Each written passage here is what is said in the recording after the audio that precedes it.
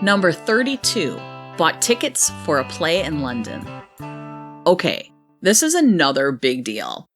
We haven't had an income in 6 years. We don't do crazy things like go to London, except I guess when we do. My friend was visiting and told us how she had just gotten plane tickets to London to see her brother, and they only cost $300 round trip. What? We had just gotten paid for directing and assistant directing, and it was 4 times more than we were expecting. Yes, we did work without finding out what the pay was. We're learning. We'll be okay. Gillian Anderson was going to be doing a play in London in the spring. Was there a chance I could get there? We have wanted Molly to see a play in London. Seeing a play in London that also has Gillian in it would be a dream come true. Rob was totally on board, and like the financial geniuses we are, we ordered the tickets to the play first, without any idea of how we would pay for the rest of the trip. Seemed logical. Priorities, after all. This was a huge leap of faith, aka the stupidest thing we've ever done. Just like Field of Dreams, though, if you build it, they will come. If I buy it, the rest will come. It did. Rob got a great gig painting and repairing a friend's house that paid for the Airbnbs. We got a check from a friend that covered the airline tickets. Rob graduated from college with his master's degree and got graduation money that paid for food and fun stuff. And he drove for Lyft and made extra spending money. Sometimes bravery is taking a first crazy step and trusting the rest will work out. Episodes of Broken to Brave are released every Tuesday and Thursday. Thank you so much for listening and for joining me on this journey of healing and growth.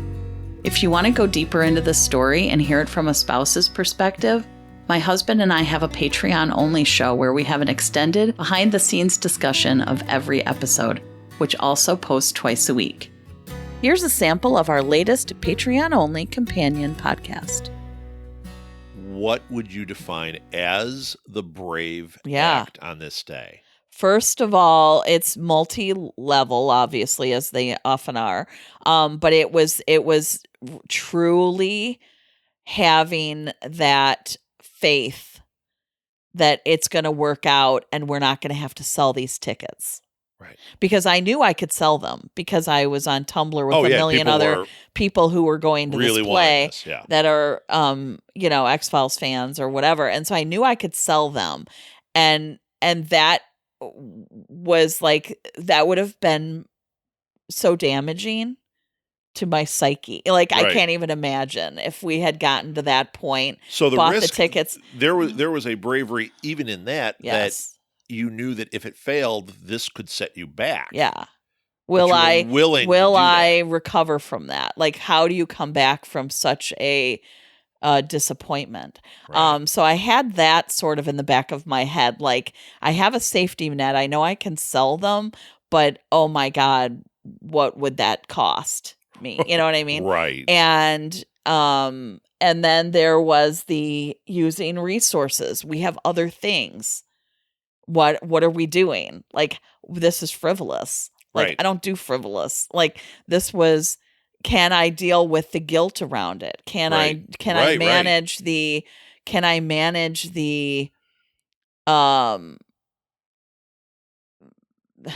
elements of shame, I guess, around it, where it's like, you should be doing this. Like, you shouldn't be doing that. You should, and feeling like, no, this is something that we really need. Well, this as really a family. challenged self-worth for both of us too. Yes. Because we usually don't, or at that time, we would not put ourselves first. Yes.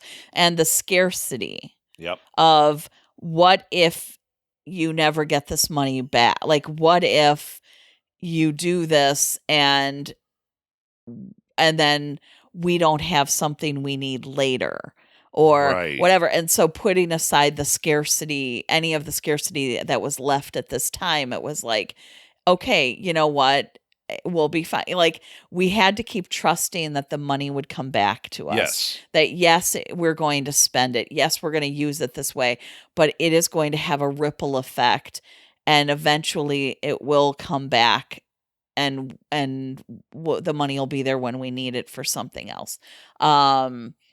And I think that I had to just push through so many of that type of thing in order to be able to go, I'm going to trust that the other stuff's going to fall into place, and I am going to trust that it will work out, and that we will make it work, and that it will be worth it. And I mean, that I don't know if people that don't feel that understand how incredibly brave. Yeah, it's terrifying. This is. And even you talking about it, I can tell your anxiety level is going up just a little. It's bobbing. Yeah, because it's really scary to think about that. And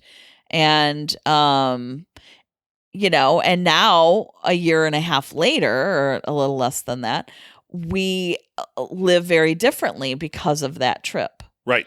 And so we now know, we're going to put this in, and it's good. We're putting it into good, and it will come back. Right. It'll keep coming back. And we've had that played out a lot. And so in this moment, though, it was that concept was still very fresh and very new and very scary. And it was, you know,